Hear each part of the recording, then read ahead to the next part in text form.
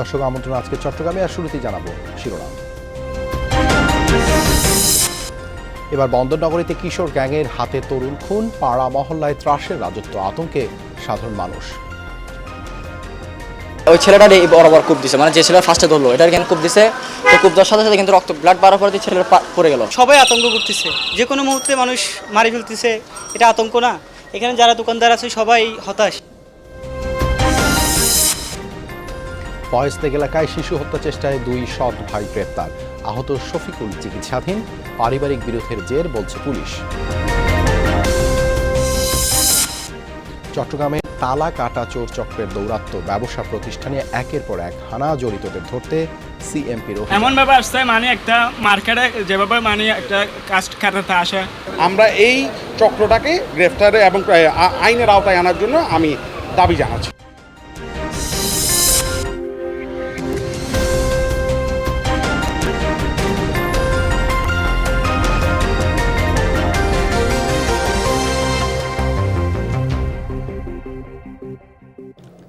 এতক্ষণ শিরোনাম দেখছিলেন, আপনাদের সাথে আছি আমি দেবাশিস রঞ্জন সরকার। এবারে বিস্তারিত। চট্টগ্রামে বেপরোয়া কিশোর গ্যাং সদস্যদের ছুরিকাঘাতে এবার প্রাণ গেল এক তরুণের। ইপিজেডের আকমল আলী সড়কে চাঞ্চল্য করে হত্যাকাণ্ডের পর থেকেই পরিস্থিতি থমথমে। সিসি ক্যামেরার ফুটেজ থাকলেও কাউকে এখনও গ্রেপ্তার করতে পারেনি পুলিশ। 1 মাসের ব্যবধানে এক চিকিৎসকের পর এবার খুন হলেন এক তরুণ। পাড়া মহল্লায় কিশোর গ্যাংয়ের দৌরাত্ম্যে আতঙ্কে সাধারণ মানুষ। বুধবার রাত 8:45টার দিকে চট্টগ্রামের ইপিজেড আকমল আলী সড়কে কিশোর গ্যাংয়ের মারামারির এই চিত্র ধরা পড়ে সিসি ক্যামেরায়। এর কিছুক্ষণ আগে আশামণি এন্টারপ্রাইজ নামে এই দোকানটির সামনে মেহেদি হাসান নামে এক তরুণকে ছুরিকাঘাতে হত্যা করে কিশোর গ্যাং সদস্যরা। এই ঘটনায় আহত রিফাত ও জসিম নামে আরও 2 জন চট্টগ্রাম মেডিকেলে চিকিৎসাধীন। স্থানীয়দের দাবি, মূলত 2 পোশাক শ্রমিক সাদিক ও রমজানের মধ্যকার ঝগড়ার মধ্যস্থতা করে রিফাত। বিষয়টি মানতে পারেনি সাদিক, পরে কিশোর গ্যাংয়ের সদস্যদের নিয়ে রিফাত ও নিহত মেহেদির উপর হামলা চালায়। প্রত্যক্ষদর্শীরা জানান, এলোপাতারে ছুরিকাঘাতের এক পর্যায়ে মেহেদির শরীর থেকে অতিরিক্ত রক্তক্ষরণে ঘটনাস্থলে মৃত্যু হয় তার। অনেকগুলো ছেলে আসলো, এই সাইডে আসার পরে মানে রিক্সাওয়ালা ঘিরে ফেলছে, ঘিরে ওই ছেলেটা বরাবর কূপ দিছে, মানে যে ছেলেটা ফার্স্টে ধরলো এটার জ্ঞান কূপ দিছে, তো কূপ দেওয়ার সাথে সাথে কিন্তু রক্ত ব্লাড বাড়ার পরে ছেলেটা পড়ে গেল। এরা মারপিট করতেছে, অনেকগুলো ধরে এইভাবে করতেছে, করার পর একগুলো এদিকে দৌড়ে গেছে, একটারে মাইরে এই জায়গায় পড়ছে। গত 2 মাসে চট্টগ্রাম মহানগরীর বিভিন্ন এলাকায় কিশোর গ্যাং সদস্যদের হাতে বেশ কয়েকজন আহত ও নিহত হন। এদের দৌরাত্ম্যে চরম আতঙ্কে সাধারণ মানুষ। সবাই আতঙ্ক করতেছে, যে কোনো মুহূর্তে মানুষ মারি ফেলতেছে, এটা আতঙ্ক না? এখানে যারা দোকানদার আছে সবাই হতাশ। এখানে তো হঠাৎ করে হচ্ছে এগুলা, যে কালকে হঠাৎ করে রিক্সায় যাচ্ছে, অন্য দিক থেকে আরেক গ্রুপ এসে মারতেছে, এগুলো তো আগে এখানে ছিল না, ইদানিং এগুলো বেড়ে যাচ্ছে আর কি। হত্যাকাণ্ডে জড়িত কেউ ধরা পড়েনি এখনো, গ্রেফতারের চেষ্টা চলছে বলে দাবি পুলিশের। ঘটনার বিষয়টা নিয়ে তদন্ত অব্যাহত আছে। যারা ঘটনার সাথে জড়িত তাদেরকে গ্রেপ্তার করার জন্য সাঁড়াশি অভিযান চলমান রয়েছে। এর আগে গেল মাসে নগরীর ফিরোজ শাহ এলাকায় কিশোর গ্যাংয়ের সদস্যদের হাতে খুন হন দন্ত চিকিৎসক কোরবান আলী। মামুনুর রশিদ তৌফি, যমুনা নিউজ, চট্টগ্রাম। ফয়েজলেক এলাকায় এক শিশুকে হত্যা চেষ্টার ঘটনায় 2 শিশু কিশোরকে গ্রেপ্তার করেছে পুলিশ। গ্রেপ্তারকৃতরা সম্পর্কে শিশুটির সৎ ভাই। আহত শিশুটি বর্তমানে চট্টগ্রাম মেডিকেল কলেজ হাসপাতালে চিকিৎসাধীন। সামাজিক মাধ্যমে ছড়িয়ে পড়া এক ভিডিওতে দেখা যায় লাল গেঞ্জি পরা শিশুটি রক্তাক্ত অবস্থায় খুব ক্লান্ত ভঙ্গিতে বসে আছে। নির্মাণাধীন একটি ভবনের ছাদে 11 বছরের শিশু শফিকুল ইসলামের গলা ব্লেড দিয়ে কেটে পালিয়ে চলে যায় তারই 2 সৎ ভাই সুজন ও হামিম। পরে স্থানীয়রা রক্তাক্ত অবস্থায় তাকে উদ্ধার করে চট্টগ্রাম মেডিকেল কলেজ হাসপাতালে ভর্তি করায়। গেল মঙ্গলবার লোমহর্ষক এই ঘটনা ঘটে চট্টগ্রামের ফয়েজলেক এলাকায়। বাচ্চাটারে নিয়ে ছাদের উপরে ছোট একটা পানের দোকান নিয়ে বসে, ওইখান থেকে ডাকে নিয়ে ওইখানে জবাই দিছে। ওর গলা দিয়ে যেভাবে রক্তগুলা গেছে, ও নিজে এভাবে দড়ি দড়ি কথা বলতেছে, পরোটা এভাবে ধরে আর কথা বলে। শফিকুল ওই এলাকায় পান সিগারেট বিক্রি করে। একটা সময় তার পান সিগারেট বিক্রি করার বক্স ও টাকার প্রতি লোভ হয় তারই সৎ ভাইয়ের। ডেকে নিয়ে যাওয়ার পর টাকাও নিল, পাও কাটলো, গলাও কাটলো, কেটে আপনার টিন দিয়ে পাথর দিয়ে চাপ দিয়ে রাখছে। পায়ে কাটছে, এই একটা পোস্ট দিয়েছে, এই একটা পোস্ট দিয়েছে। ভবনের ছাদে গলা কেটে রেখে চলে যাওয়ার পর শফিকুলের চিৎকার চেঁচামেচির শব্দ শুনতে পান ভবনের দারোয়ান। ছুটে গিয়ে দেখেন গলা কাটা অবস্থায় মাথা নিচু করে বসে আছে শিশুটি। আসে দেখি মনে করেন এইভাবে বসে আছে, পিছে হাত বাঁধা ছিল, পা বাঁধা ছিল। আমার বয়সে এই ছোট বাচ্চাদের এই ঘটনা কোনোদিন আমি দেখিনি। নানা বিষয়ে শফিকুলের সাথে সৎ ভাইদের সাথে বিরোধের কথা স্বীকার করেন তাদের মা। সাততলার মধ্যে নিয়ে এই মুখ বানছে, হাত বানছে, বাইন্দেরা ছুরি দিয়ে দিছে। আমি কঠিন বিচার চাই, যাতে আমাদের কোনো সমস্যা যাতে না করতে পারে। আর জায়গা জমি এরা প্রোগ্রাম করছে। ঘটনার পর এরই মধ্যে 2 শিশুকে গ্রেফতার করেছে পুলিশ। অভিযান চালিয়ে ওই দিনই আমরা দুজনকে আটক করে ফেলেছি, আমরা দুজনকে আদালতে প্রেরণ করা হয়েছে। তারা দুজন আবার আদালতে গিয়ে কনফেশনাল স্টেটমেন্টও দিয়েছে। নির্মাণাধীন এই ভবনের ছাদে হত্যার উদ্দেশ্যে শিশু শফিকুল ইসলামকে নিয়ে আসে আরেক 2 শিশু। এমন ঘটনায় স্তব্ধ এলাকাবাসী। বিশেষজ্ঞরা বলছেন, সামাজিক ও পারিবারিক সম্পর্কের জায়গাটা দুর্বল হলে তা কিশোরদের অপরাধের দিকে নিয়ে যায়। মূলত পারিবারিক ও সামাজিক অবক্ষয়ের কারণেই শিশুরা আজ বিপথগামী। মামুন নুরশি তৌফি, যমুনা নিউজ, চট্টগ্রাম।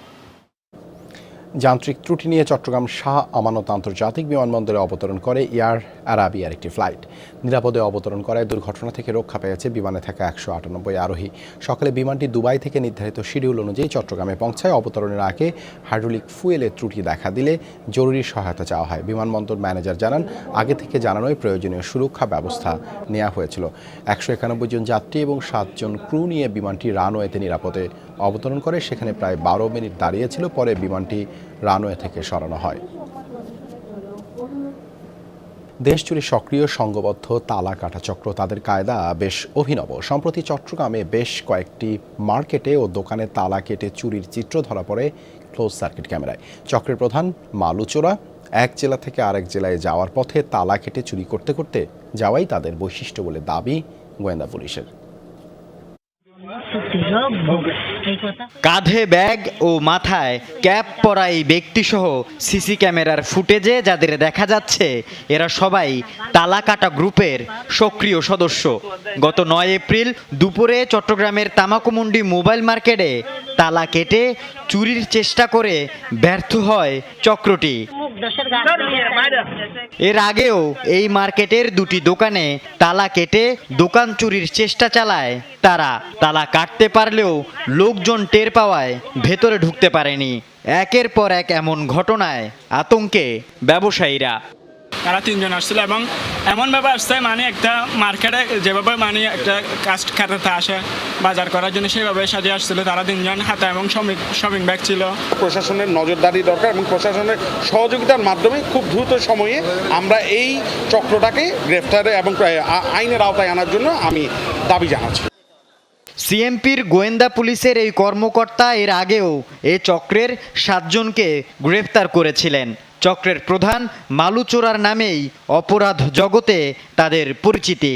জামিনে বেরিয়ে ফের একই কাজে জড়ায় তারা। লুঙ্গি বা গামছা বিক্রির একটা চলনা গ্রহণ করে, পরে লুঙ্গিটা এরকম টান করতেছে, এরকম করবে। যখন লুঙ্গিটা টান করতেছে পিছনে কিন্তু অন্ধকার হয়ে যাচ্ছে, পিছন সাইড দেখা যাচ্ছে না। ততক্ষণে পিছনে থাকা 2-3 জন তালা কাটা কাভার করে ফেলছে এবং শাটার খুলে ঢুকে আবার শাটার লাগাই দিচ্ছে। চুরির পর ওই এলাকায় আর অবস্থান করে না চক্রটি। নিরাপত্তা ও কাজের সুবিধার্থে এক জেলা থেকে যায় অন্য জেলায়। যাওয়ার পথে যত এলাকা পড়ে প্রতিটি এলাকায় করে চুরি। কৌশল একটাই, তালা কাটা। এদের ম্যাক্সিমামের বাড়ি কুমিল্লা মুরাদনগর এবং এরা থাকে বাকলিয়া কালামিয়া বাজার এলাকায়। সারা দেশে এরা কাজ করে। এরা যখন যেই জেলার উপর দিয়ে যায়, ধরেন এখন কুষ্টিয়ায় কাজ করলো, পরের জেলা যশোর, কুষ্টিয়ায় কাজ করার পরের দিন যশোরে কাজ হওয়ার সম্ভাবনা রয়েছে, তারপরে হয়তো পাশের জেলা নাটোর রাজশাহী কাজ হওয়ার সম্ভাবনা রয়েছে। ওরা এভাবে কাজ করতে করতে বের হয়ে যায়, কাজ করতে করতে চলে আসে। আল আমিন শিকদার, যমুনা নিউজ, চট্টগ্রাম। এবার ছুটির দিনে ঘোরাঘুরির খবর জানবো। বন্দরনগরীর সিআরপিতে রয়েছেন সহকর্মী আলামিন শিকদার। আলামিন, ছুটির দিনে বিকেল ঘুরতে আসা মানুষের ভিড় কেমন? দেবাশিস, ছুটির দিনে এর একটি বাড়তি এখন বলতে পারি চাপ বেশি, কারণ হচ্ছে গিয়ে গরমটা একটু বেশি, আর এই গরমে মানুষ ঘরে থাকতে চায় না, একটু চায় গাছে, মানে গাছের নিচে একটু ছায়াতলে বসতে। ঠিক তেমনই একটি জায়গা চট্টগ্রামের সিআরবি, আর এই সিআরবিতে হচ্ছে শতবর্ষী গাছেদের যে মেলা, সেই মেলা রয়েছে, এবং সেই গাছের নিচে প্রতিদিন বিকেলেই কিন্তু একটি আড্ডা জমে, আর সেই আড্ডাটি একটু বেশি হচ্ছে এখন, কারণ তাদের যে একটি বলা যায় যে ছুটির দিনে সবার ছুটি থাকে, সেই ছুটির দিনে কিন্তু সবাই এই গাছের নিচে বড় বড় যে শতবর্ষী গাছগুলো রয়েছে সেই গাছগুলোর নিচে এসে বন্ধু বান্ধব সবাই মিলে একটু গলা ছেড়ে গান গাইছে। সেই দৃশ্য যেমন আমরা দেখতে পাচ্ছি, ঠিক তেমনি বন্ধু বান্ধব, পরিবার পরিজন, আত্মীয় স্বজন, পছন্দের প্রিয় মানুষটির সাথেও কিন্তু অনেকে এই জায়গাটিতে এসেছেন, এবং এই ছুটির দিনটাকে কিছুটা হলেও স্বস্তির ও স্মরণীয় করে রাখার চেষ্টা করছেন। তাই আমরা চট্টগ্রামের সিআরবি শিরিষতলায় দেখছি প্রচুর পরিমাণে মানুষ সমাগম ঘটেছে। এই সমাগম ঘটার একটাই কারণ, সেটা হচ্ছে যে গরম, এবং গরমের প্রশান্তিটাই কিন্তু মিলে হচ্ছে মূলত এই যে গরমের প্রশান্তিটা মিলে হচ্ছে গাছের ছায়ার নিচে একটু শীতল বাতাস, সেই শীতল বাতাসের অপেক্ষায় থাকে মানুষ। সেই শীতল বাতাসের জন্যই কিন্তু এই যে সিআরবি শিরিষতলায় বড় বড় গাছগুলোর নিচে, শতবর্ষী পুরনো গাছগুলোর নিচে এসে মানুষ বসেছে এবং একটু শীতল বাতাস তাদের গায়ে লাগাচ্ছে। দেবাশিস, ধন্যবাদ আলামিন যুক্ত হবার জন্য। এবারে খাগড়াছড়ি থেকে যোগ দিচ্ছেন সহকর্মী শাহরিয়ার ইউনুস। শাহরিয়ার, ছুটির দিনে মানুষের ঘোরাঘুরি কেমন দেখছেন?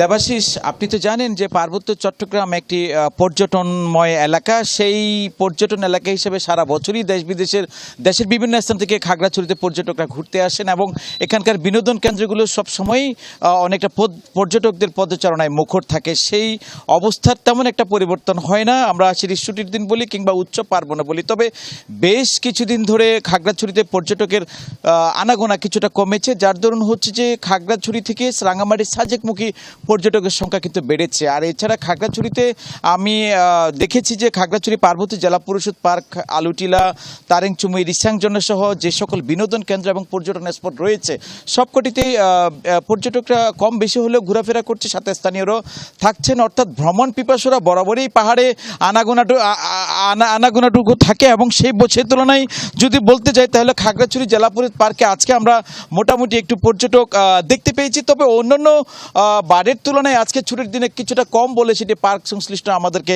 জানিয়েছেন। অর্থাৎ গত ঈদের পরই আজকের সাপ্তাহিক ছুটির দিনে সেটি কিছুটা কম বলে সে বিষয়টা আমাদেরকে জানিয়েছেন। অন্যদিকে আলুটিলায় বরাবরই হচ্ছে পর্যটকদেরকে ধরে রাখার জন্য সেখানকার যে পর্যটন সংশ্লিষ্টরা পর্যটন বিনোদন কেন্দ্রের পাশাপাশি ওখানে স্থানীয় যে ক্ষুদ্র নৃগোষ্ঠীর বিভিন্ন সঙ্গীত পরিবেশন করা হয়, এবং অর্থাৎ জেলা প্রশাসন থেকে সে বিষয়টি বলা হচ্ছে আমাদেরকে যে মূলত পাহাড়ের বৈচিত্র্যময় সংস্কৃতি, কৃষ্টি, কালচার ধরে রাখতে আলুটিলায় সাপ্তাহিক শুক্রবার শনিবার বিভিন্ন বিনোদনের পরিবেশনের একটি ব্যবস্থা তারা করেছেন, যার জন্য এটা হচ্ছে যে পর্যটকদেরকে ধরে রাখার যে উদ্যোগ সেটি তারা নিচ্ছেন।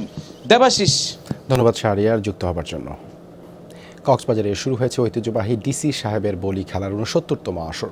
বিকেলে কক্সবাজার বীরশ্রেষ্ঠ রুহুল আমিন স্টেডিয়ামে দুদিনব্যাপী বলি খেলার উদ্বোধন করেন জেলা প্রশাসক। এবারের আয়োজনে নামকরা বলিদের অংশগ্রহণে উৎসবমুখর পরিবেশ তৈরি হয়েছে। বিজয়ী ও রানার আপের জন্য রয়েছে আকর্ষণীয় সব পুরস্কার। বলি খেলা উপলক্ষে বসেছে বৈশাখী মেলা, তাতে হস্তশিল্প, কুটির শিল্প সহ দেশীয় পণ্যের সমাহার। আছে নাগরদোলা সহ বিনোদনের নানা মাধ্যম।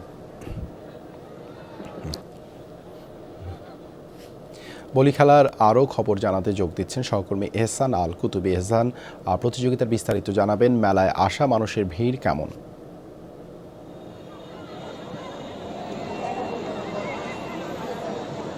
দেবাশিস, বৃহত্তর চট্টগ্রামের মধ্যে জব্বারের বলি খেলার পর কক্সবাজারের হচ্ছে ডিসি সাহেবের বলি খেলা, যেটি ঐতিহ্যবাহী বলি খেলা হিসেবে বিবেচিত। যেহেতু আজকের যে আসর 2 দিন ব্যাপী, এই আসরের এসবটি হচ্ছে 69তম আসর। আমরা দেখছি একেবারে বিকেল 4টা থেকে এই বলি খেলা শুরু হয়েছে।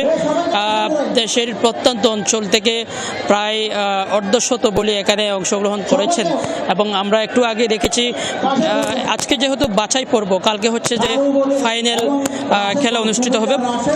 আজকে প্রথম দিনেই কিন্তু আমরা এখানে দেখেছি একেবারে বেশ জমজমাট বলি খেলা হয়েছে এবং আজকের প্রথম পর্বের প্রথম মেডেল এবং যারা চ্যাম্পিয়ন হবেন এবং রানার্স আপ সহ এখানে 3টি ভাগে ভাগ করা হয়েছে। প্রথম মেডেল, দ্বিতীয় মেডেল এবং তৃতীয় মেডেল হিসেবে। প্রথম মেডেলে আমরা দেখছি এখানে চ্যাম্পিয়নের জন্য 25,000 টাকা এবং আমরা সেটি তারা ঘোষণা করেছে এবং আমরা দেখছি দেশে এখানে কক্সবাজারের ঐতিহ্যবাহী যে স্টেডিয়াম রুহুল আমিন স্টেডিয়ামে একেবারে চারিদিকে প্রচুর পরিমাণ দর্শনার্থী আমরা দেখতে পাচ্ছি। বলিরও আবার আসছেন কিছুক্ষণ সময় নেওয়ার পরে আবার আমরা দেখছি খেলা শুরু হচ্ছে এবং এখানে আমরা যাদের নাম পেয়েছি তার মধ্যে সবচেয়ে বেশি আলোচিত এবং যারা চট্টগ্রামের ঐতিহ্যবাহী যে জব্বরের বলি খেলা রয়েছে সেখানেও তারা বলি খেলায় অংশ নিয়েছেন। তার মধ্যে হচ্ছে বাঘা শরীফ বলি, কালু জীবন বলি, কুমিল্লার শাহজালাল বলি সহ মহেশখালীর মোহাম্মদ হোসেন বলি সহ অনেকে এখানে অংশগ্রহণ করেছেন। এবং আমি আজকে একটু যদি বলতে চাই, এটা শুধু বলি খেলা নয়, এখানে কক্সবাজারের এটি অন্যতম একটি ঐতিহ্য। পাশাপাশি এখানে বৈশাখী মেলায় বসেছে স্টেডিয়ামের বাইরে। আমরা যেখানে নগরদোলা, হস্তশিল্প, কুটির শিল্প, তাঁত শিল্প সহ বিভিন্ন দেশীয় পণ্যের বিপুল সমাহার আমরা দেখেছি এবং আজকের যে 69তম আসর এটি মূলত শুরু হয়েছিল 1956 সালে এই খেলাটি, এই বলি খেলার যাত্রা শুরু হয় এবং যেটি এখনো পর্যন্ত চলমান রয়েছে এবং এই খেলায় যারা আজকে বাছাই পর্বে যারা জিতবেন তারা আগামীকাল যেহেতু ফাইনাল খেলায় অংশগ্রহণ করবেন এবং আগামীকাল এই 69তম আসরের সমাপ্তি ঘটবে। ধন্যবাদ এহসান যুক্ত হবার জন্য। সর্বজনীন পেনশন স্কিমে সর্বসাধারণের অংশগ্রহণ উৎসাহিত করতে দিনব্যাপী ক্যাম্প অনুষ্ঠিত হয়েছে চট্টগ্রামের ফটিকছড়িতে। উপজেলা প্রশাসনের উদ্যোগে বক্তপুর ডক্টর এনামুল হক একাডেমিতে এই ক্যাম্পে কর্মকর্তারা সাধারণ মানুষের জন্য সরকারের গৃহীত এই উদ্যোগের সুফল ও কার্যকারিতা তুলে ধরেন। শতাধিক নারী পুরুষ পেনশন স্কিমের আওতায় আনা হয়। এ সময় ফটিকছড়ি ইউএনও সহ আরও অনেকে উপস্থিত ছিলেন। খাগড়াছড়ির মাটিরাঙ্গায় মানবিক সহায়তা প্রদান ও বিভিন্ন উন্নয়নমূলক কর্মকাণ্ডের উদ্বোধন করেছে সেনাবাহিনী। সকালে শিশকবাড়ি আর্মি ক্যাম্প এলাকার হতদরিদ্রদের চিকিৎসার জন্য নগদ অর্থ ও ঘর নির্মাণের সরঞ্জামাদি বিতরণ করা হয়। মাটিরাঙ্গা থিয়েটারকে প্রায় 2 লাখ টাকার বাদ্যযন্ত্রসহ মন্দির সংস্কারের জন্য অর্থ সহায়তা দেওয়া হয়। এছাড়া জোন কর্তৃক পরিচালিত কম্পিউটার ও সেলাই প্রশিক্ষণ সেন্টারে সার্টিফিকেট ও পুরস্কার বিতরণ করা হয়। এই ছিল আজকের চট্টগ্রামে। এতক্ষণ সাথে থাকার জন্য ধন্যবাদ সবাইকে।